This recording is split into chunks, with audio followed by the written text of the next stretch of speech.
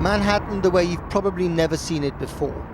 Manhattan, Kansas, in the very middle of Middle America. Big skies and no shortage of horizon. This is the kind of place where America feels exceptional and limitless. Uh-oh, they're cracking the whip.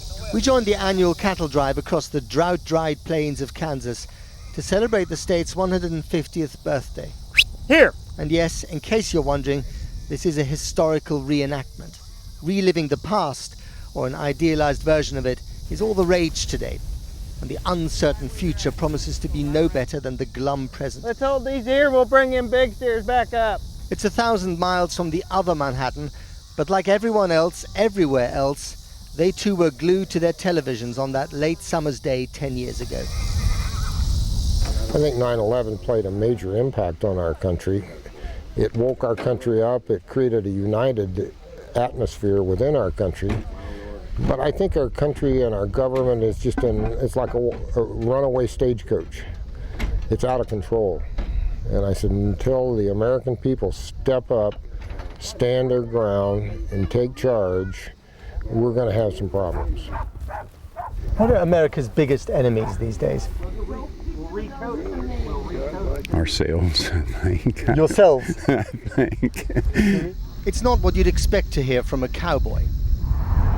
Down the road, they see it differently. Fort Riley alone has 18,000 soldiers, 10% of the entire British military. It is Manhattan's biggest employer, a city in its own right. Iraq and Afghanistan have not only kept them busy here, but also given them a cause since the end of the Cold War. On one of the few hills in Kansas, overlooking the base he calls home, we spoke to Sergeant Peter Rosie, a son of Edinburgh, although you wouldn't know it anymore. A Scot now fighting America's wars. On 9/11, he was a paramedic for the fire department in New York. At the age of 45, he decided to re-enlist. After 9/11, my desire to go back in the military initially was for payback. I was really Payback for the extremists, for the angry. people who did this. Okay, very angry. In the base's own hospital, we came across Major Jennifer Glidewell. For her too, 9/11 was deeply personal. She was working in the Pentagon when the third plane hit, and at this time of year, she has trouble sleeping. How do you think 9/11 changed America?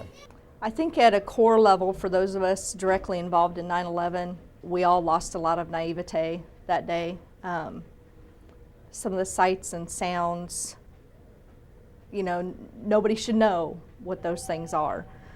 And a lot of our servicemen and women and civilians that support them, have been through that same thing as well. We have a new generation of heroes.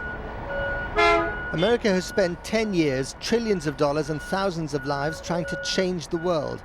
But as the raw pain of 9/11 has become history, the priorities have moved closer to home. When I first came to this country 1 year after 9/11, America was united in its anger and its determination to teach the world a lesson.